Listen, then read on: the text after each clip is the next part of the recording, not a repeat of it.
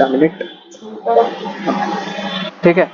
Chapter 1 है matter in our surroundings. ठीक है, मोहित को पता है, मोहित ने क्लासेस अटेंड करी है रेगुलर। स्टिल हम समझ लेते हैं, फिर से एक बार क्विक रिव्यू ले लेते हैं। ठीक है, देखो, matter in our surroundings, matter in our surroundings का सीधा सीधा मतलब है कि जो भी हमारे आसपास कोई भी चीज़ें हैं वो किस तरीके से हैं, या मतलब वो कैसे कैसे बनी हुई हैं। कोई भी चीज़ है, जैसे हमारा लैपटॉप है वो कैसे बना हुआ है, मोबाइल फ़ोन है हमारे हाथ में वो कैसे बना हुआ है, मोबाइल फ़ोन के अंदर क्या क्या है क्या क्या नहीं है, सब कुछ सॉलिड है या नहीं है, कुछ लिक्विड है या नहीं है, कुछ गैस भी है या नहीं है। ठीक है, अब जैसे कुछ और चीज़ हुई, जैसे हमारा कूलर है, हमारी एसी है, उसमें कहीं पे गैस होगी, कहीं पे लिक्विड हो रहा होगा, कहीं पे कुछ सॉलिड मटेरियल होगा। तो वो चीज़ें हम पढ़ेंगे, कौन कौन सी चीज़ें जो हमारे आसपास हैं वो कैसे कैसे हैं। ठीक है, इस पूरी यूनिट में हम यही पढ़ेंगे। देखो, अब क्या है कि कोई भी चीज़ है उसके मेनली दो नेचर होते हैं, एक फिजिकल नेचर होता है, एक उसका केमिकल नेचर होता है। फिजिकल नेचर और केमिकल नेचर का मतलब समझो। फिजिकल नेचर का मतलब है कि वो कैसी दिखती है। समझ में आ रहा है मोहित? यही बताया था मैंने भी।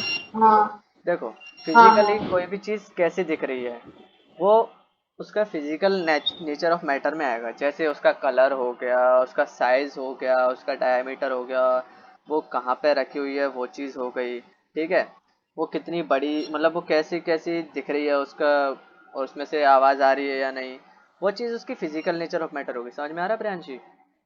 Yes sir. और फिर दूसरी चीज़ आती है केमिकल नेचर। केमिकल नेचर होता है कि उसका, वो कहीं भी जा रही है तो उसका कलर कैसा है। ठीक है, मतलब उसकी रिएक्टिविटी कैसी है। जैसे मान लो इंक है, इंक होती है, इंक होती है हमारे कॉपी पे है, तो कॉपी पे पेज के ऊपर चला रहे हैं तो वो बिल्कुल उतनी जगह पर ही चल रही है। लेकिन अभी इंक को अपन पीछे रिफिल में से निकालें तो वो पूरी उस पर फैल जा रही है। तो वो फैल क्यों रही है और कैसे कैसे फैल जा रही है, वो उसका केमिकल नेचर हो गया। ठीक है, वो क्या क्या कर दे रही है, और वो मिट रही है नहीं मिट रही है। अगर वो मिट रही है तो किससे मिट रही है, साबुन से धोने पे मिट रही है या फिर ब्लीच से धोने पे मिट रही है। तो वो उसकी केमिकल प्रॉपर्टी हो गई। ठीक है, जैसे नमक हो गया। अब नमक का जो टेस्ट है, वो टेस्ट कैसा है, वो थोड़ा मतलब थोड़ा नमकीन ही बोलूँगा, नमक का टेस्ट को नमक का एक अपने आप ही एक अलग से स्वाद रहता है। ठीक है, वो जैसे हम जैसे हम क्या बोलते हैं, सॉल्टी टेस्ट बोलते हैं, सॉल्टी सॉल्टी सा है। ठीक है, नमकीन सा। वैसे ही कुछ चीज़ों का टेस्ट हुआ, वो सब केमिकल प्रॉपर्टीज में आता है। अभी यहाँ पर एक टॉपिक आया, उन्होंने उन्होंने बोला matter is made of particles. ये मैटर पार्टिकल से मिलके बना हुआ है। ठीक है, अब मैटर पार्टिकल से मिलके कैसे बना हुआ है इस चीज़ को समझते हैं। ये मैंने बताया भी था कि जैसे हमने एक बीकर में, यहाँ पे उन्होंने पानी लिया। ठीक है, बीकर में उन्होंने पानी लिया कि पार्टिकल्स ऑफ, क्या है कि पानी के जो पार्टिकल्स हैं, कैसे बोलेंगे कि पानी के जो मॉलिक्यूल्स है वो कैसे H2O से मिलके बने हुए हैं, या फिर पानी के बहुत छोटे छोटे पार्टिकल्स मिलके इकट्ठे हो रखे हैं, तो वो इतना बड़ा पानी दिख रहा है हमको, है ना। लेकिन पानी के तो चलो फिर भी पार्टिकल्स नहीं दिख रहे। लकड़ी है, लकड़ी के तो दिखेंगे। देखो, लकड़ी को जब हम कभी उसके पास जरा, कभी आसपास जो लकड़ी पे काम करने वाले होते हैं, बड़े लोग होते हैं, वो क्या करते हैं, वो लकड़ी को छील रहे होते हैं या फिर उसको ग्राइंड कर रहे होते हैं, घिस रहे होते हैं, तो बुरादा निकलता है लकड़ी का उस जगह से, छोटे छोटे हाँ पार्टिकल्स निकल आते हैं। तो उससे क्या पता चलता है कि लकड़ी बहुत छोटे छोटे पार्टिकल से मिलके बनी हुई है। अगर वो छोटे छोटे पार्टिकल्स नहीं होते, इकट्ठे जुड़े हुए नहीं होते, तो जाहिर सी बात है कि वो लकड़ी नहीं बनी होती, वो एक मैटर नहीं बना हुआ होता। तो यहाँ पे वो चीज़ बोली जा रही है कि matter is made up of particles. ठीक है, अब इस चीज़ को, अब वो सॉलिड का एग्जांपल हो गया, जो लकड़ी वाला एग्जांपल था कि लकड़ी अपनी है, वो छोटे छोटे, तो छोटे बुरादे के जो छोटे छोटे टुकड़े होते हैं उनसे मिलके बनी हुई होती है, कोई भी पीस हुआ लकड़ी का। ठीक है, समझ में आ रहा प्रियांशी? Yes sir. वैसे पानी, अब मेनली तीन स्टेट ऑफ मैटर होते हैं, सॉलिड लिक्विड और गैस। ये आगे आएगा लेकिन इसके साथ साथ ही समझते हैं। सॉलिड का एग्जांपल हो गया लकड़ी, लिक्विड का एग्जांपल वाटर। वाटर के पार्टिकल्स अभी हम देखते हैं कि कैसे दिखेंगे। देखो, बहुत छोटे पार्टिकल्स होते हैं, हमें आंखों से नहीं दिखाई देते, मैग्नीफाइड जब हम उसको करके देखें तब हमको पता चलता है कि यहाँ पानी के छोटे छोटे पार्टिकल्स बने हुए हैं। ये कैसे पता चलेगा, देखो, इन्होंने क्या किया, पानी के अंदर नमक 1 चम्मच डाल दिया। ठीक है, टेन टेन। नमक डाला पानी के अंदर, पहले नमक क्या हुआ, सेटल डाउन हो गया बिल्कुल नीचे जाके, हो जाता है। अपन देखते हैं पानी एक हाँ गिलास में अपन ने नमक डाला, नमक सबसे पीछे सबसे नीचे जाके बैठ गया जमीन पे, ठीक है। अब सबसे नीचे जमीन पे जाके बैठ गया, फिर उसके बाद में जैसे ही हम उसको चलाते हैं, अभी जब तक जमीन पे बैठा हुआ है तब तक पानी ऊपर है, नीचे नमक है, अलग अलग दिख रहा है बिल्कुल यहाँ पर, है ना, ये दिख रहा है ना, देखो हाँ हाँ, ये ये यहाँ पर ये पानी पानी अलग है यहाँ पर, और ये नमक यहाँ पर अलग है। तो फिर क्या किया, फिर हमने इन दोनों का आपस में स्टेयर किया, जैसे ही चलाया, मिक्स कर ये स्टेयर किया चलाया, फिर क्या हुआ, जो नीचे वाला नमक था वो पानी के बीच में आ गया, नमक के जो छोटे छोटे टुकड़े होंगे वो पानी के बीच में तैरने लगे, या कुछ घुल गए, कुछ बड़े बड़े टुकड़े थे तो वो घुले नहीं, तो क्या हुआ, मतलब पानी के वो बीच में आ गए, मतलब वो पानी छोटे छोटे पार्टिकल से बना हुआ है पूरे, ठीक है, पानी के जो छोटे छोटे पार्टिकल्स थे उससे बना हुआ है, और नमक क्या हुआ, नमक उन पार्टिकल्स के बीच में घुस गया। समझ में आ रही है बात? आ रही है सर। देखो देखो सिंपल सी बात है, यहाँ पर कोई भी चीज अगर छोटे छोटे पार्टिकल से बनी हुई है और उन पार्टिकल्स के बीच में जाहिर सी बात है जगह होगी, उस जगह को यहाँ पर सॉल्ट ने भरा। अगर हम लकड़ी की वो डालते हैं, जैसे जो लकड़ी की अगर हम एक टुकड़ा लेते हैं, ठीक है, उस लकड़ी के टुकड़े को पानी में डाल देते हैं, तो पानी कैसे लकड़ी के बीच में चला जाता है ना, वो लकड़ी पानी को सोख लेती है। हाँ देखो मैं यहाँ पर तुमको क्या कर रहा हूँ, यहाँ पर रियल टाइम जो एग्जांपल है, जो तुम्हारे रियल लाइफ में हो रहे हैं उससे समझाने की कोशिश कर रहा हूँ, ठीक है। लकड़ी ने चलो ठीक है पानी पिया नहीं पिया, ईंट होती है, ईंट का तो देखा होगा, ईंट तो बहुत जल्दी पानी सोख लेती है, फटाफट से पानी सोख लेती है, फिर पानी छोड़ भी देती है, मतलब क्या कि उसके ईंट के जो पार्टिकल्स हैं उसके बीच में पहुंच जाता है पानी, है ना। वैसे ही यहाँ पर देखो, वो सॉलिड के एग्जांपल थे दो, ये लिक्विड का एग्जांपल है कि लिक्विड पानी में कैसे सॉल्ट घुर के उसके बीच में पहुंच जा रहा है, ठीक है। ये लिखा हुआ है, when we dissolve salt in water the particles of salt, जो सॉल्ट के छोटे छोटे पार्टिकल्स है वो get into the spaces between particles of water, वो हाँ पार्टिकल्स ऑफ वाटर के बीच में पहुंच के डिसॉल्व हो जाते हैं, ठीक है। क्लियर हो गया ये वाला पॉइंट क्लियर हो गया, matter is made up of particles. Yes sir. ठीक है। अगला जो पॉइंट है वो है how small are this particles of matter. अब ये पार्टिकल्स ऑफ मैटर एक्चुअल में है कितने छोटे हैं, इसके बारे में पता करते हैं। इसके बारे में एक एक्टिविटी उन्होंने करी थी यहाँ पर फिगर 1.2 में, कि पोटेशियम परमैंगनेट लिया था 100 ml पानी में, फिर उसमें से 10-10 ml निकाल निकाल के हाँ, डालते रहे। गुजर और मैंने एक एग्जांपल दिया था नील वाला, पोटेशियम परमैंगनेट सबके घर में नहीं हाँ होता है, कोई बात नहीं, नील सबके घर में होती है। तुम एक ढक्कन नील लो, 2 ढक्कन नील लो और थोड़े से पानी में घोल लो, एक मग्गे पानी में, ठीक है, और 5 सादा पानी रख लो अपने साथ में, 5 सादा पानी के मग्गे रख लो। फिर घर पे बैठ के एक्सपेरिमेंट करो कि इसमें से छोड़ी एक एक ढक्कन नील निकाल के इसमें डालो, फिर उस ढक्कन में से नील निकाल के उसमें डालो, फिर उसमें से नील निकाल के उसमें डालो, दोनों कैसे कनेक्ट हो गया। चलो छोड़ो, ठीक है। तो देखो इसका क्या समझाना चाह रहा हूँ कि पार्टिकल्स कितने छोटे हैं। देखो प्रियांशी इस चीज को थोड़ा समझना कि यहाँ पे ये हुआ क्या है, और वो बता रहे हैं कि पार्टिकल्स कितने छोटे हैं, ठीक है। देखो सॉलिड के पार्टिकल्स तो तुमको दिख जाएंगे, तुमने लकड़ी घिसी तो उसमें से जो छोटे छोटे बुरादे के पार्टिकल्स निकले तो वो सॉलिड पार्टिकल्स हो गया, है ना। वो वो उसके पार्टिकल्स हो गए तुम्हारे, जैसे जो वो तुम्हारे लकड़ी के पार्टिकल्स हो गए, छोटे छोटे छोटे जितने भी रहते हैं वो, लकड़ी को तुमने घिसा और उसमें से जो छोटे छोटे निकला है वो लकड़ी के पार्टिकल्स है, उन छोटे छोटे पार्टिकल से मिलकर लकड़ी का एक गट्ठा गट्ठा बना हुआ है। अब तुम क्या कर रहे हो यहाँ पर, वैसे ईंट को लिया तुमने, छोटी सी ईंट का पार्टिकल लिया और ईंट को हाँ तुमने तोड़ दिया छोटे छोटे टुकड़ों में, उसको कूट दिया। अब वो ईंट के छोटे छोटे बिल्कुल ऐसे उंगली में ऐसे पकड़ोगे तो ईंट के छोटे छोटे पार्टिकल्स दिखेंगे तुम्हारी उंगली पर, ठीक है, उन छोटे छोटे पार्टिकल से मिलकर ईंट बनी हुई है। अब लेकिन यहाँ पर लिक्विड की हम देख नहीं सकते अपनी आंखों से, अब लिक्विड को ऐसे हाथ में लेके ऐसे तोड़ तो सकते नहीं है, ऐसे करेंगे तो वो पानी उचक के हमारे मुंह पे आ जाएगा या कहीं भी चला जाएगा, लेकिन उसके साथ कुछ ऐसा तो होगा नहीं कि हम उसको तोड़ देंगे या मरोड़ देंगे, ऐसा तो कुछ नहीं हो सकता, पानी तो नहीं टूटेगा। तो हम पानी को कैसे देखेंगे, पानी को हम उसकी अपीयरेंस से देखेंगे कि उसके जो पार्टिकल्स है वो कितने छोटे छोटे होते हैं। तो उन्होंने क्या किया कि 5 बर्तन लिए पानी के, ठीक है, 5 बर्तन लिए पानी के, एक बर्तन पानी में नील घोल दी, बहुत अच्छी बिल्कुल डार्क नील घोल दी, ठीक है। और उस डार्क नील में से 2 ढक्कन हाँ निकाली और जो साफ पानी था उसमें डाल दिया। साफ पानी में डालोगे तो तुमको थोड़ी सी नील के छोटे छोटे पार्टिकल्स फिर भी दिखेंगे, पानी नीला नीला हो जाएगा, लेकिन थोड़ा सा कम नीला होगा, जो गहरा होगा उसमें से।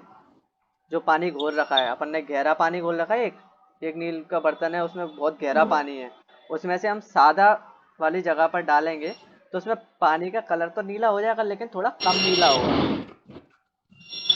प्रियांश जी समझ रही हो, पानी थोड़ा सा कम नीला होगा लेकिन कलर उसका नीला होगा फिर भी।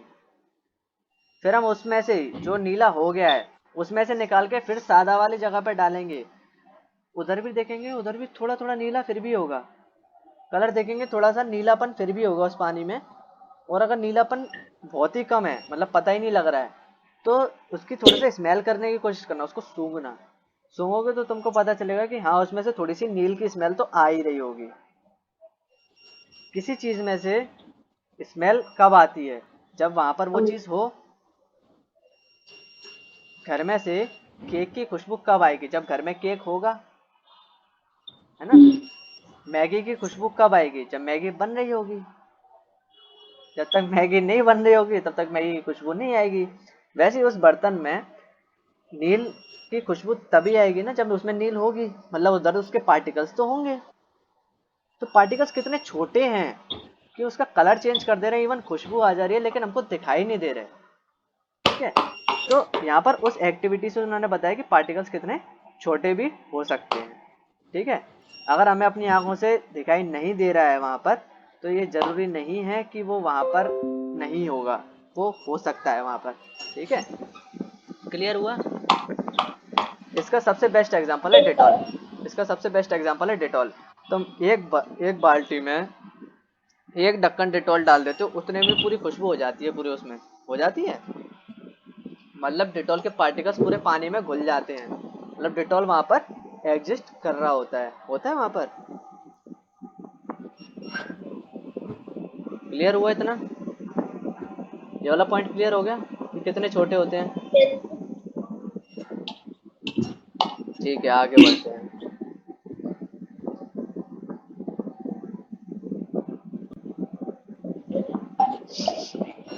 देखो अगला जो टॉपिक है वो है characteristics of particles of matter. अभी हमने पार्टिकल्स ऑफ मैटर के बारे में जाना कि पार्टिकल ऑफ मैटर कैसे कैसे होते हैं, ठीक है। अभी हमने यही जाना था कि कितने छोटे होते हैं, कैसा कैसे वो होते हैं, कहाँ पर होते हैं, ये हमने जाना था अभी। अब हम ये जानेंगे कि वो कैसे दिखते हैं, क्या उनकी कैरेक्टरिस्टिक्स होती हैं, कैसे कैसे वो रिएक्ट करते हैं एनवायरनमेंट के अंदर, है ना। अब हम ये जानेंगे।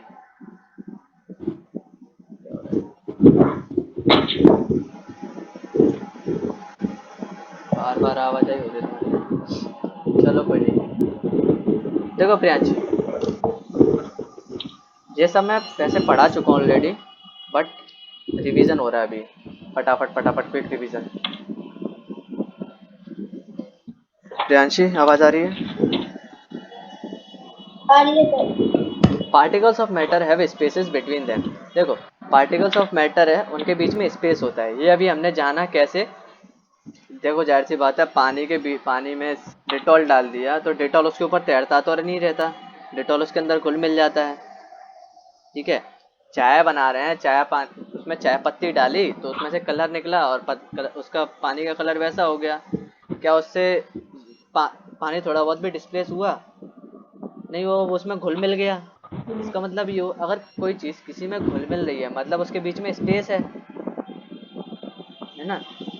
तुम्हारे फ़ोन में तुम फोटो क्लिक कर रही हो, ठीक है, तुमने अपने फ़ोन उठाया, तुम फोटो क्लिक करना चालू किया, बहुत बड़ी बड़ी वीडियो रिकॉर्डिंग्स करी, अब उन वीडियो रिकॉर्डिंग्स में क्या हुआ, अचानक से लिख के आ गया मेमोरी स्पेस फुल।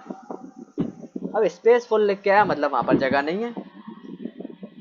जब तक वहां पर जगह थी तब तक रिकॉर्डिंग हो रही थी, तब तक फोटोज बने जा रहे थे, बने चले जा रहे थे। अब जैसे जब स्पेस फुल हो गया अब वहां पर जगह नहीं बची। यहाँ पर हम देख रहे हैं कि पानी के अंदर पानी के अंदर हम डेटॉल डाल रहे हैं तो फटाफट से घुल जा रहा है। ठीक है, चाय के अंदर वो पानी के अंदर हम चाय पत्ती डाल रहे हैं या कॉफी डाल रहे हैं, नींबू डाल रहे हैं तो वो घुल मिल जा रहा है। मतलब क्या है कि particles of matter have space between them. जो मैटर के पार्टिकल्स हैं उनके बीच में स्पेस है, स्पेस हमेशा होता है। अब यहाँ पे मैंने एग्जांपल दिया था फोन का। हाँ फोन फोन की जो मेमोरी स्पेस होता है वो पार्टिकल ऑफ मैटर नहीं होता है। ठीक है, क्या ना वो सॉलिड में काउंट करते हैं हम उसको, ना उसको हम लिक्विड में काउंट करते हैं। पानी के फॉर्म में तो नहीं रहता ना हमारा फोटो, नहीं रहता।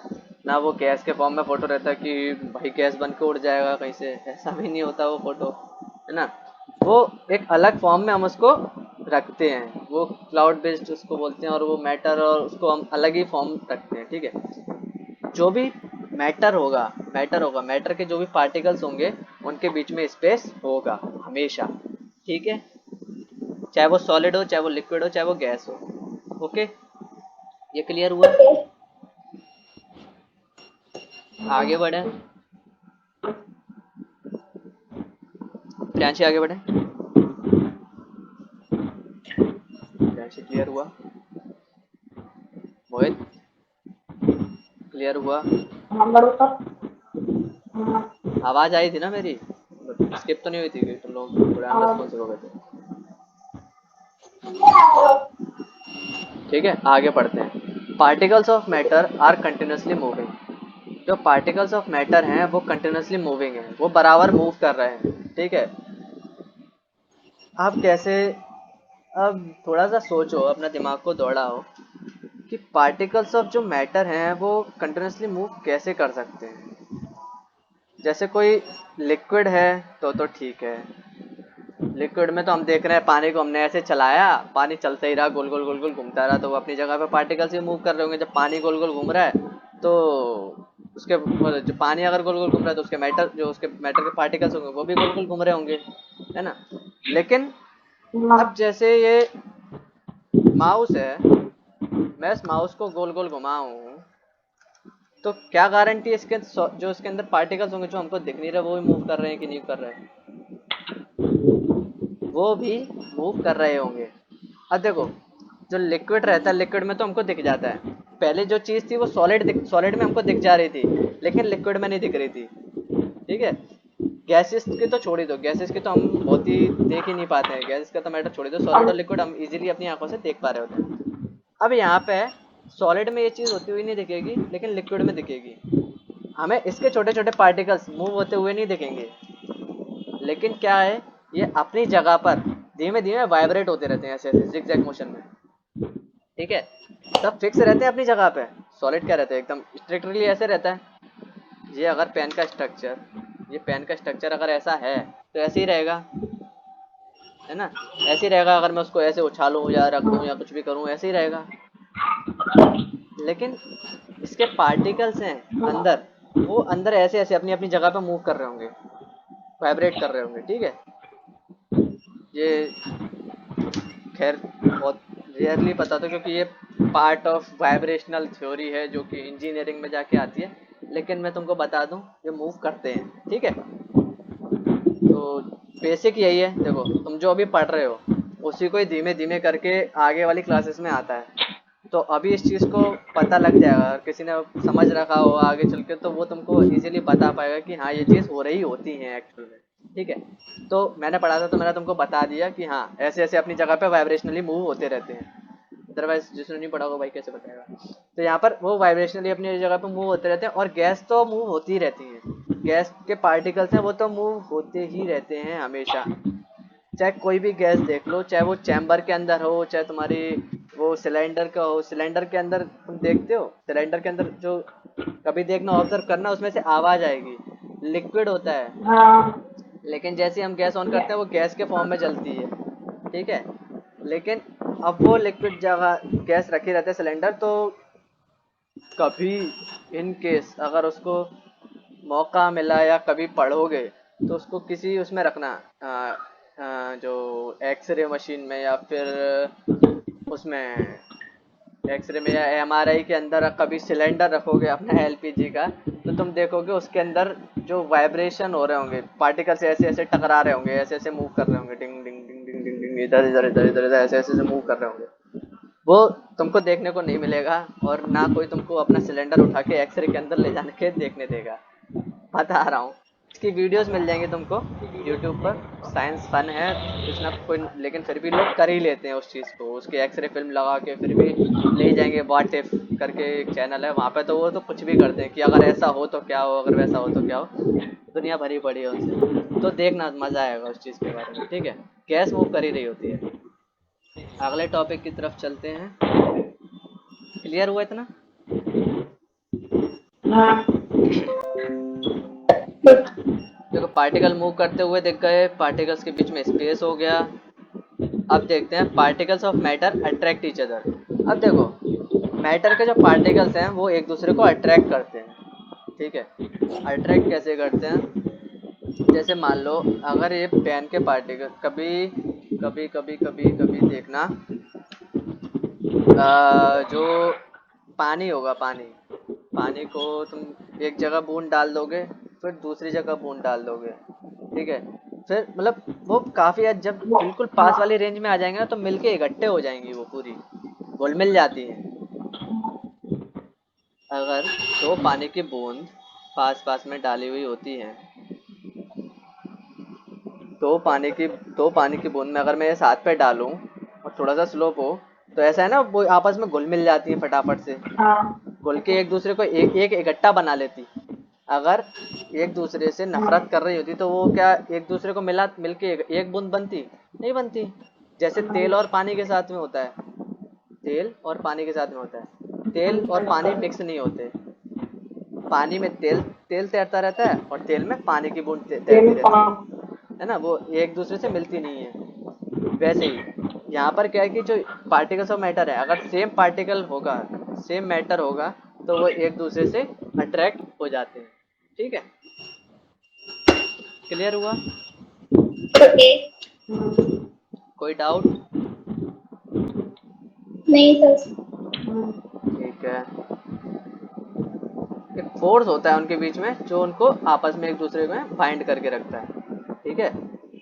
6 अभी तक के जो पढ़ाया था मैंने, उसमें वो 2 सेशंस कंप्लीट हो गए। मैंने शायद यहीं तक पढ़ाया था मोहित लास्ट टाइम भी, हाँ बस। ठीक है। और कोई पॉइंट इसमें अलग से तुमको बताने के लिए? फोर्स ऑफ अट्रैक्शन कह सकते हो उसको। फोर्स ऑफ अट्रैक्शन उनको एक दूसरे से बाइंड करके रहता है, ठीक है। फोर्स ऑफ अट्रैक्शन, ध्यान रखना इस वर्ड का। अब आगे पढ़ते हैं स्टेट्स ऑफ मैटर। ये चीज समझ लो, ये क्या है स्टेट्स ऑफ मैटर। मैटर किस पोजीशन में है, कैसा है, किस स्टेट में है। स्टेट का मतलब ये नहीं हुआ कि एमपी में है, यूपी में है, कर्नाटक में है, नहीं, वो नहीं हुआ।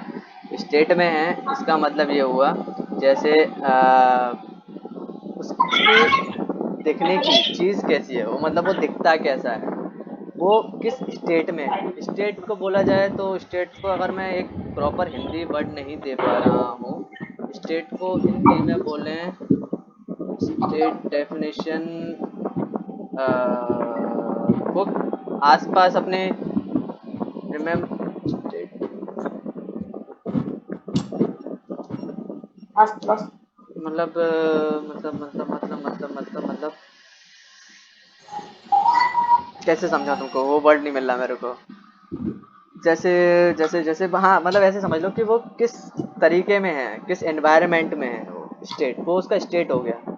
जैसे जो सॉलिड है वो सॉलिड के एनवायरनमेंट में, मतलब वो एकदम उसके, देखो सॉलिड कैसा दिखता है, सॉलिड सॉलिड की देखो एक चीज रहती है, सॉलिड रिजिड होता है कि वो फिक्स रहता है एक दूसरे से बिल्कुल, ठीक है, बिल्कुल टाइटली फिक्स रहता है, हाँ। ठीक है।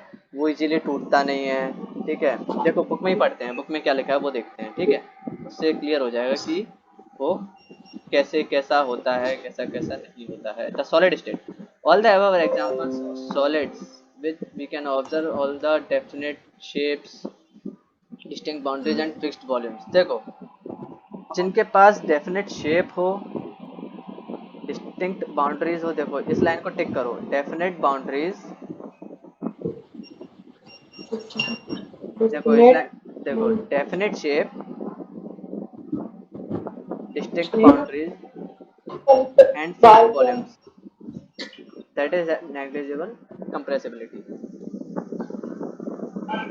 इस लाइन को टिक करो,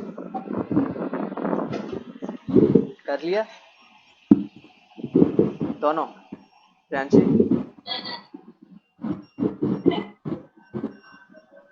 हाँ कर लिया सर। कर लिया? कर लिया सर।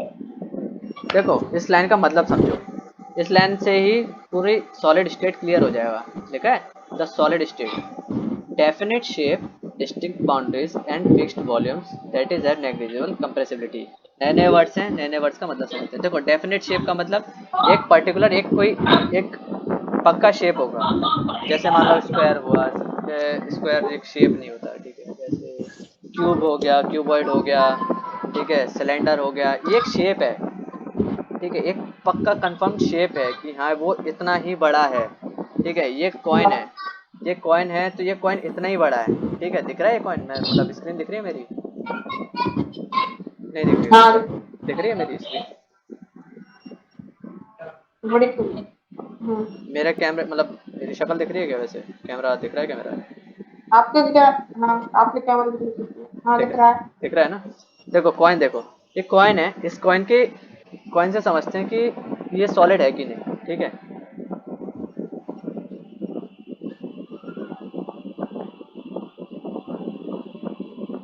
आवाज आएगा। देखो ये कॉइन है, ठीक है, ये कॉइन का क्या काम है, देख अभी हम कॉइन को देख के समझते हैं कि ये सॉलिड है, लिक्विड है या गैस है, ठीक है। सॉलिड का मतलब हमने पढ़ा कि डेफिनेट शेप होता है, ठीक है, डिस्टिंक्ट बाउंड्रीज होती हैं, और क्या बोला है, और क्या लिखा वहाँ पर? Boundaries, distinct fixed boundaries, volume. Fixed volume. Fixed volumes और नेग्लिजिबल कंप्रेसिबिलिटी, ठीक है। इसको समझते हैं। देखो मिक्सी चालू किसकी है? अच्छा मिक्सी की आवाज आ रही है। मम्मी मिक्सर चालू। ठीक है, देखो ये जो कॉइन है इसका एक डेफिनेट शेप है, ये सर्कुलर शेप का है, ठीक है, सर्कुलर शेप है, इसकी कुछ थिकनेस है, इसकी कुछ हाइट है, इसका कुछ रेडियस होगा, इसकी कुछ सरकमफेरेंस होगी, ठीक है। ये वो हो गया, ये मतलब एक इसका डेफिनेट शेप हो गया, ठीक है। डिस्टिंक्ट बाउंड्रीज मतलब ये इतना ही है, ये कहीं से फैल नहीं रहा कि ऐसे मैं इसको ऐसे पकड़ के ऐसे खींचूं तो ये फैल जाए, ऐसा तो नहीं हो रहा, नहीं हो रहा ना। ये डिस्टिंक्ट है मतलब उसकी ये बाउंड्रीज फिक्स्ड हैं कि इतनी इतनी बाउंड्री तक ये इतना ही चौड़ा रहेगा, इतना ही बड़ा रहेगा, ठीक है। और नेग्लिजिबल कंप्रेसिव और डेफिनेट वॉल्यूम, डेफिनेट वॉल्यूम कैसा है, देखो वॉल्यूम का फॉर्मूला क्या होता है, length into breadth into height, यही होता है, ठीक है। लेकिन हाँ यही होता है, और सिलेंडर के केस में होता है पाई आर स्क्वायर एच, हाँ पाई आर स्क्वायर एच होता है सिलेंडर के फॉर्म में फॉर्मूला, तुम पढ़ोगे मैथ्स में पढ़ोगे, ठीक है। उसकी कुछ हाइट होती है और उसका एक पाई आर स्क्वायर मतलब ये हो गया, सिलेंडर का होता है पाई आर स्क्वायर एरिया का फॉर्मूला, और उसकी हाइट से मल्टीप्लाई कर देते हैं तो वो सिलेंडर का फॉर्मूला हो जाता है, ठीक है। तो वो वॉल्यूम होती है। अब वॉल्यूम का मतलब क्या होता है, उसके ऑल डायमेंशंस को जब मल्टीप्लाई करके उसके अंदर कुछ भरा जा सके, ठीक है, इसकी कुछ एक वॉल्यूम होगी, उस वॉल्यूम में इसके पूरा जो मटेरियल है, जिस मटेरियल से ये बना हुआ है वो भरा हुआ है ना, सॉलिड है ये अंदर से खोखला तो है नहीं कि अगर हम इसको तोड़ेंगे तो अंदर से हवा निकलेगी या कुछ निकलेगा, खोखला तो होता नहीं है, पक्का सॉलिड होता है ये कॉइन तो, ठीक है। तो मतलब इसकी एक डेफिनेट वॉल्यूम हो गई। और नेग्लिजिबल कंप्रेसिबिलिटी का मतलब अगर मैं इसको दबाऊं, अगर मैं इस कॉइन को दबाऊं या इसको पटकूं या कुछ करूं तो इसका शेप दब जाए, और ऐसा तो नहीं होता सॉलिड के साथ में।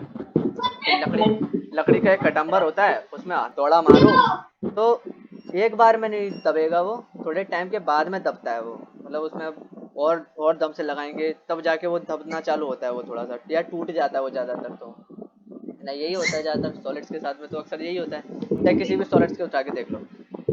तो ये मेनली सॉलिड की प्रॉपर्टी हो गई। अब देखते हैं,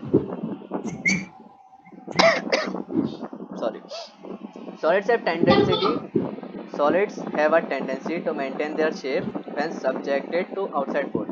देखो सॉलिड की एक खासियत होती है, टेंडेंसी होती है to maintain their shape when subjected to outside force. कोई भी आउटसाइड से जब उस पर फोर्स लगे तो वो अपने शेप को मेंटेन करके रखे, ठीक है, ये उसकी टेंडेंसी होती है। सॉलिड में break under force but is difficult to change their shape so they are rigid. देखो सॉलिड कई बार मतलब बहुत ज़्यादा फोर्स में वो टूट सकता है, लेकिन बहुत मुश्किल ही वो अपने शेप को चेंज करता है, ठीक है, तो वो रिजिड होते हैं। इस वर्ड को टिक कर लो, रिजिड, रिजिड। ठीक है। रिजिड का मतलब होता है कि वो टूट जाते हैं थोड़ा फोर्स लगाने पर, लेकिन वो मुश्किल ही अपना शेप चेंज करते हैं, वो बहुत ही रेयरली ही अपना शेप चेंज करते हैं, ठीक है। अब कुछ ऐसी चीज़ें हैं जिसके देखते हैं थोड़ा सोचने पर मजबूर करती है। अब रबर बैंड है, देखो उन्होंने कहा what about a rubber band, can it change its shape on stretching, is it a solid. अब देखो अब रबर बैंड होती है, मैंने बहुत अच्छा सवाल पूछा कि जो रबर बैंड है, रबर बैंड सॉलिड में हम काउंट करेंगे, ठीक है, क्योंकि वो एक फिक्स बाउंड्री होती है, उसका शेप फिक्स्ड होता है, ठीक है। लेकिन जैसे हम उसको खींचते हैं तो वो अपना शेप चेंज कर लेती है, कर लेती है, तो क्या वो अभी भी सॉलिड होगी? बताओ, सोचो। नहीं होगी। तो वो सॉलिड नहीं होना चाहिए, फिर वो लिक्विड होना चाहिए या गैस में होगी, है ना, ऐसे ही होगा, क्यों मोहित, ऐसे ही होना चाहिए फिर हाँ। तो। अरे खदो, ये बताओ, रबड़ तुमने खींची, ठीक है, लेकिन वो वापस रबड़ अपनी जो जगह पे भी तो आ जाती है, आ जाती है। हैं? खींच के जैसे छोड़ो वैसे अपनी जगह पे भी तो आ जाती है। ऊपर क्या पड़ा हाँ। कि हम उस पर फोर्स लगाते हैं, लेकिन वो अपना शेप चेंज नहीं करती, वो वापस अपने शेप को पा लेती है कि नहीं पा लेती है? हाँ। क्यों प्रियांशी, लिक्विड था वो? नहीं था, लिक्विड और गैस नहीं था, वो सॉलिड ही है, लेकिन वो अपने शेप को वापस पहुंचा दे रही है वहां पर, ठीक है, या फिर वो अपने शेप पे पहुंचा देती है या फिर वो टूट जाती है, ठीक है। लेकिन उसका साइज, जो उसका एक्चुअल डायमीटर होता है, जितनी वो चौड़ी रहती है उतनी चौड़ी रहती है, ना वो उसकी मोटाई ज़्यादा फैलती है, ना बस उसकी लेंथ जो होती है एक दूसरे से जुड़ी हुई रहती है, वो टूट के ऐसी हो जाती है, फ्लैट हो जाती है, ठीक है। उसकी एक्चुअल प्रॉपर्टीज चेंज नहीं होती है। अगला एग्जांपल देखते हैं। What about sugar and salt?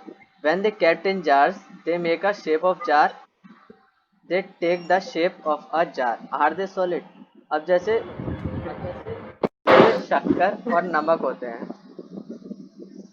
अपन थैली में लेके आए तो वो थैली के शेप के हो रखे हैं, जैसे ही अपन ने जार में डाला वो जार के शेप का हो गया, नमक, उसका नमक का भी शेप ऐसे ही हो गया। क्या वो लिक्विड और सॉलिड होगा?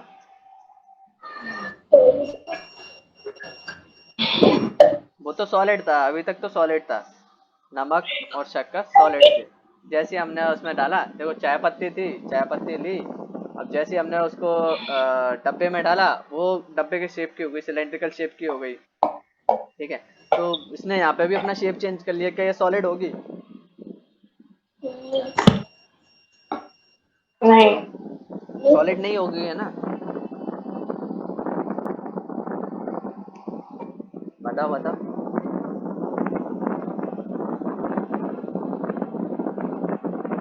सॉलिड के बारे में सॉलिड होगी। सॉलिड के बारे में हमने पढ़ा कि वो अपना शेप चेंज नहीं कर सकता, तो यहाँ पे तो उसने अपना शेप चेंज कर लिया। हम प्लास्टिक जो पैकेट में लेके आए थे, वो पैकेट कुछ रेक्टेंगुलर पैकेट था, अब जैसे ही हम उसको डब्बे में रखे वो सिलेंड्रिकल हो गया, तो यहाँ पे तो शेप चेंज हो गया, तो क्या ये सॉलिड हुआ? हाँ सर, वैसे बता, अगर आप वापस उसको उसमें रखेंगे तो वैनियन शिफ्ट हो जाएगा, अपना शेप तो वो चेंज नहीं करता, अपन उसको शेप चेंज करवाते हैं मतलब। बताओ प्रियांशी, बताओ इसका आंसर सही है? ये तो सबसे नहीं है सही। नहीं है सही, मतलब वो सॉलिड नहीं होगा, फिर ऐसा ही होगा। क्योंकि उस सेल्स और सुगर तो सॉलिड ही होते हैं। क्या? सेल्स और सुगर तो सॉलिड ही होते हैं, सॉलिड फॉर्म में होते हैं वो। देखो क्वेश्चन सुनो, शुगर, शक्कर और नमक, ये दोनों अगर वैसे सॉलिड होते हैं, ठीक है, लेकिन इनको अगर हम जैसे जैसे शेप में रखते हैं वैसे वैसे बन जाते हैं। अगर हम लेके आते हैं, नमक की थैली में लेके आते हैं, शक्कर हम पन्नी में लेके आते हैं या बड़े कट्टे में लेके आते हैं। अब जैसे घर पे लाते हैं, हम छोटे से जार में रखते हैं जो कि सिलेंड्रिकल शेप का है या क्यूबॉइडल शेप का है, तो वो उस शेप के हो जाते हैं। अब यहाँ पे तो ये शेप चेंज कर रहे हैं, अब ये शेप चेंज कर रहे हैं तो क्या ये सॉलिड हुए?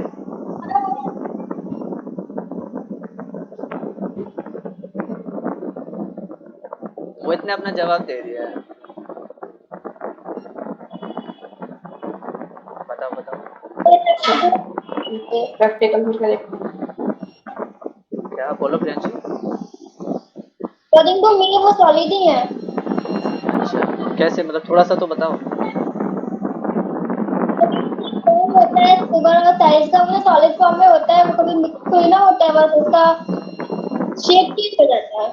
उनका मतलब वो एक्सटर्नल फोर्स है, जो जार है वो उन पे एक्सटर्नल फोर्स की तरह काम कर रहा है कि तुम ऐसे रुको। अब जैसे मुट्ठी में हम उसको पकड़ लेते तो वो ऐसे मुट्ठी में नहीं हम होगा। अपने फोर्स में उसको बांध कर रख लेते हैं कि तुम ऐसे शेप में रुको। जैसे मिट्टी होती है, सैंड होती है, सैंड होती है थोड़ी सी गीली होती है, हम उसको ऐसे पकड़ते हैं और ऐसे बना के ऐसे रख लेते हैं तो वैसे शेप का हो जाता है। रहता है। गुलाब जामुन होते हैं, गुलाब जामुन को अपन ऐसे ऐसे बनाते हैं तो ऐसे मस्त गोल गोल बन जाते हैं। पानी नहीं लाना है मुंह के अंदर, ठीक हाँ। है। ठीक है, गुजिया होती है, गुजिया को अपन ऐसे ऐसे दबाते हैं तो वैसे शेप की बन जाती है। ठीक है, लेकिन वो रहती सॉलिड ही है ना। हम उस पर जैसे जैसे फोर्स लगाते हैं वो वैसे वैसे शेप की बनती चली जाती है, लेकिन वो रहती तो सॉलिड ही है। वो अपनी एक्चुअल एक्चुअल उसको कंडीशन को तो चेंज नहीं करती वहां पर, है ना। यहाँ पर क्या है, यहाँ पर सॉलिड का मतलब क्या है? सॉलिड का मतलब देखो, सॉलिड का मतलब जो उसका बेसिक चीज है उसको ना बदले, ठीक है। और उसकी बेसिक चीज बदल जाती है तो उसका बेसिक फॉर्म बदल जाता है। जैसे नमक और शक्कर, जैसे नमक है, अब नमक को अगर हम जैसे पानी के अंदर डाल देते हैं तो वो घुल जाता है। घुलने के बाद में क्या वो नमक सॉलिड होगा? नहीं। नहीं। वो सॉल्ट का सॉल्यूशन बन चुका होगा, वो सॉल्ट का सॉल्यूशन बन चुका होगा, नमक का पानी बन चुका होगा। तो अगर हमें उस प्रोसेस को वापस, उसमें से नमक को वापस निकालना है तो हमको वो प्रोसेस अपनानी पड़ेगी, तब वो जाके नमक निकलेगा उसमें से। लेकिन वहां पर वो सॉल्यूशन बन गया, वहां पे उसने अपने चेंज कर लिया अपने स्टेट को, ठीक है। वैसे लिक्विड की एक प्रॉपर चीज होती है, लिक्विड के बारे में देखते हैं, ठीक है। समझ में आ गया ये? अब जैसे कंप्रेस वाला था वो थर्ड वाला एग्जांपल था, ये पढ़ना तुम स्पॉन्ज वाला, ठीक है। स्पॉन्ज वाला भी वैसे ही है, ये है ना सी वाला, ये सी वाले का एग्जांपल यहाँ पे दिया हुआ है, ये पढ़ना, ठीक है। आगे बढ़ते हैं लिक्विड स्टेट को फटाफट से, सॉलिड, लिक्विड और गैस खत्म करेंगे। Liquid state, we observe that liquid have no fixed shape but have fixed volume. देखो लिक्विड के पास कोई फिक्स शेप नहीं होता, लेकिन उनकी एक फिक्स्ड वॉल्यूम होती है कि जैसे मान लो 1 लीटर पानी लिया तो वो 1 लीटर पानी रहेगा, खत्म बात, ठीक है। वो एक फिक्स्ड वॉल्यूम होती है उनकी।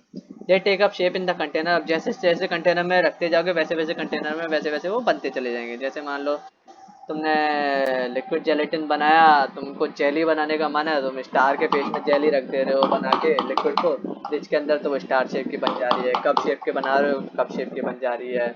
सिलेंडर शेप में बना रहे हो तो सिलेंडर शेप में बन जा रही है, ठीक है। बाजार में भी आती है वो, कैसे शेप में आती है, कोनिकल शेप में आती है, जेली रख के वो कोनिकल शेप में बन के आती है उसमें। तो लिक्विड का ये है कि लिक्विड अपने जैसे जैसे शेप में तुम रखोगे उसको वैसे वैसे शेप में वो पहुंचती चली जाती है, ठीक है। लिक्विड फ्लो भी करते हैं और शेप को चेंज भी करते हैं, ठीक है। तो वो रिजिड नहीं होते, so they are not rigid but they can be called fluid.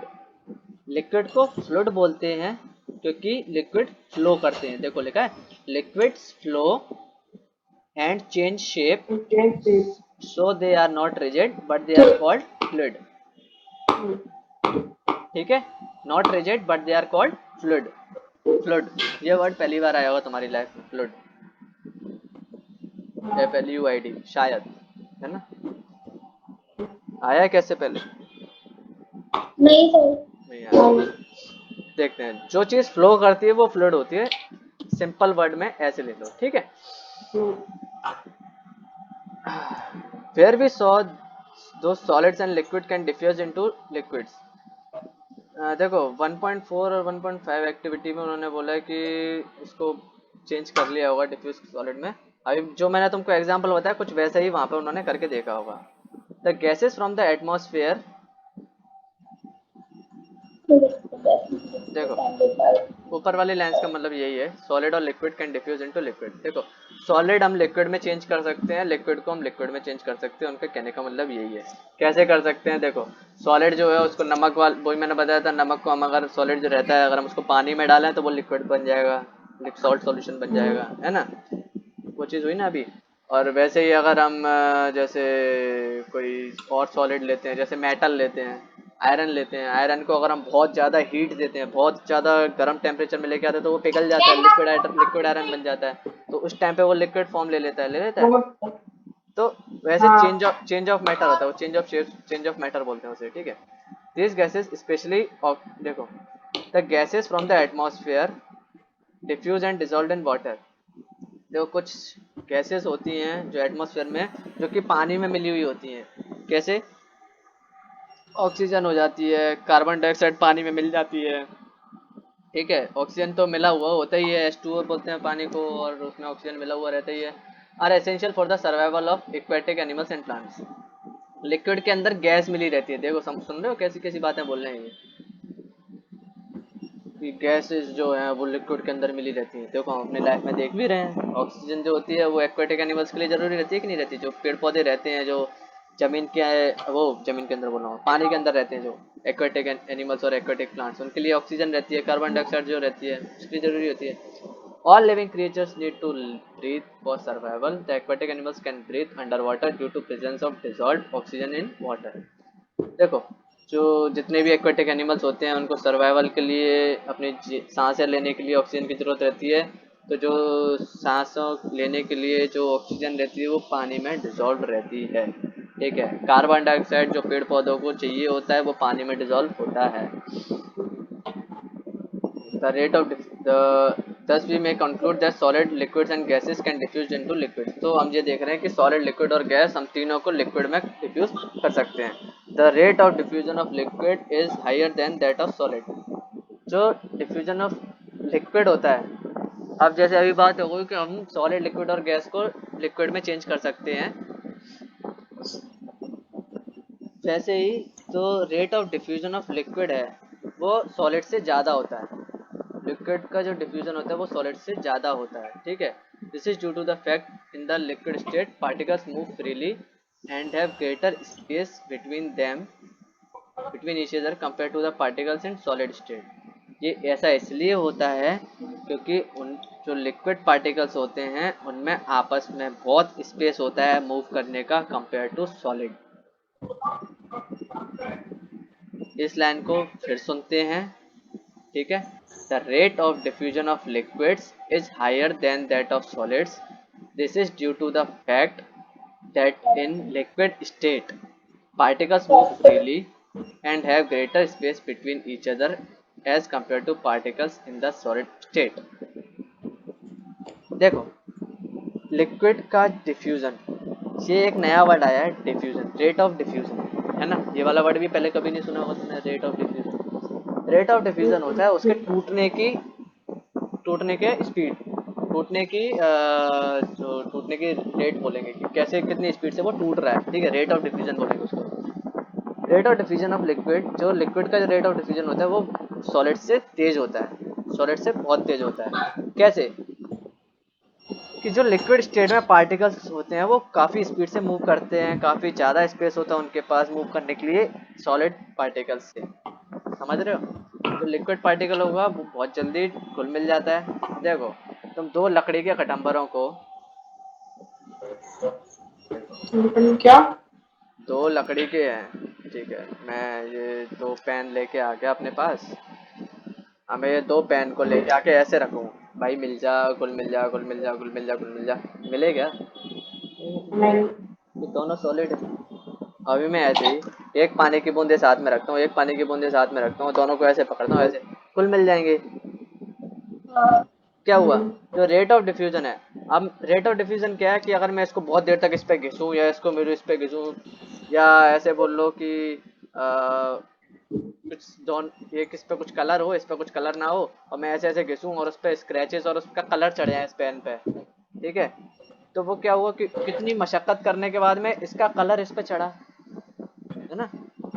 कई बार होता है ना कि जो अपना, जैसे कोई भी चीज़ होती है अपन उसको घिसते हैं। अब जैसे यहाँ पर है, यहाँ इस दीवार मेरे पास ये पीछे लकड़ी है, इस लकड़ी पे मैं घिसूँ बहुत देर तक, लेकिन घिसने के बाद में थोड़ी देर के बाद में लकड़ी उपटना चालू हो जाएगी, है ना, लेकिन इससे घुलेगी मिलेगी नहीं। हो सकता है थोड़े से पार्टिकल्स इसके टूटे हैं और थोड़े से पार्टिकल्स इसके टूटे हैं और वो आपस में घुल मिल जाएं, लेकिन वैसे नहीं घुलेंगे, है ना। जैसे घुल मिल, जैसे लिक्विड घुल मिल जाते हैं। लिक्विड कैसे? हाल फटाक से ऐसे 2 पानी की बूंद डाली, तेल डाला, ऐसे करा, ऐसे ऐसे रगड़ दिया, घुल मिल गया। सरफ डाला, मतलब लिक्विड डिटर्जेंट डाला पानी में, पानी में ऐसे ऐसे डाला, झाग बनना चालू हो गए।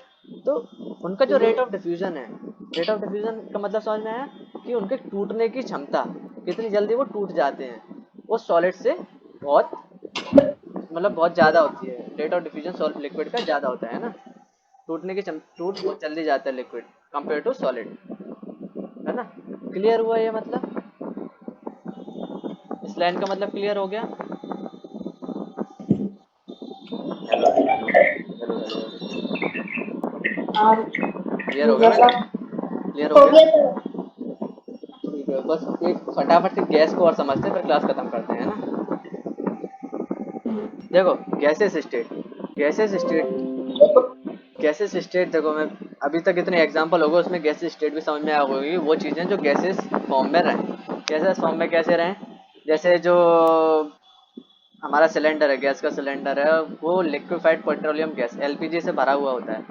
हालांकि जब वो कैसे भरा जाता है, लिक्विड होता है उसके अंदर, ठीक है, लिक्विड ब्यूटेन, ब्यूटेन करके गैस होती है, ब्यूटेन और प्रोपेन, उन गैस को लिक्विड फॉर्म में कंप्रेस करके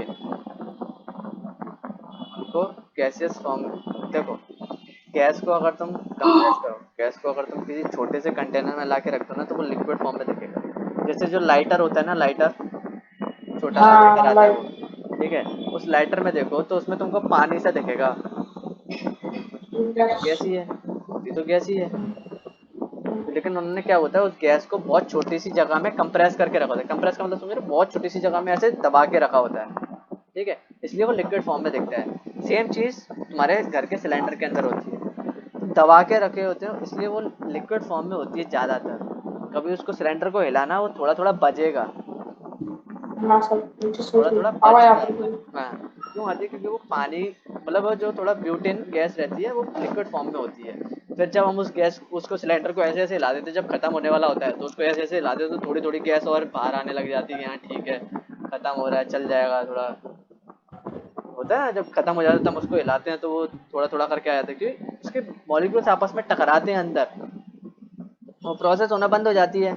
जैसे ही आपस में टकराते हैं तो फिर गैस इवॉल्व होने लग जाती है ना। देखो, गैसेस स्टेट वो स्टेट है, अगर हम उसको कंप्रेस करके रखें तो वो लिक्विड बन जाती है, ठीक है, और खुले में रखें, जो उसका मूवमेंट होता है, गैस का, गैस के पार्टिकल्स का मूवमेंट होता है ना, वो और फ्री होता है। लिक्विड का तो होता ही है, अपन ने लिक्विड को ऐसे चलाया तो वो चल पा रहा है, ठीक है, लेकिन फिर भी वो बाइंड अप रहता है। गैस का बाइंड अप नहीं रहता है। गैस तुम जैसे मान लो अब उसको खोलोगे, सिलेंडर को ऐसे जैसे दबाओगे उसके नोजल को, तो फट से गैस बाहर निकल जाएगी और घुल मिल जाएगी चारों तरफ, और गैस कितनी जल्दी मूव कर जाएगी कि तुमको यहाँ से खुशबू वहां तक पहुंच जाएगी बगल वाले कमरे से कि कहीं पे गैस लीक हो रही है। तो वैसा क्यों हो रहा है? क्योंकि गैस का जो मूवमेंट है वो लिक्विड से और तेज होता है। तुमको लिक्विड को वहां तक पहुंचाने के लिए मोटर का या तुमको हाथ से पानी फेंकना पड़ेगा वहां तक, लेकिन गैस अपने आप ही उड़ के वहां तक पहुंच जा रही है। समझ रहे हो गैस का मूवमेंट कितना तेज होता है वहां पर? ठीक है, क्लियर हुई वो बात? अब एक चीज़ और सुन लो जो थोड़ी आगे तक की है। अगर गैस को हम कंप्रेस करें लिक्विड बन जाता है, और लिक्विड को और बहुत ही ज़्यादा कंप्रेस करें, जो कि प्रैक्टिकली बहुत बड़ी बड़ी लैब्स में पॉसिबल हो पाता है। अगर हम उसको कंप्रेस करके रखें और ज़्यादा कंप्रेस करके रखें तो हम उस लिक्विड को सॉलिड के फॉर्म में रख सकते हैं। उसी लिक्विड को, मतलब हर स्टेट चेंजेबल होती है यहाँ से वहाँ, लेकिन वो स्टेट अपने नॉर्मल इन्वायरमेंट में, जैसे अभी मैं बैठा हूँ यहाँ पर, अभी ये पेन है तो ये पेन ही रहेगा, ठीक है, ये सॉलिड ही रहेगा।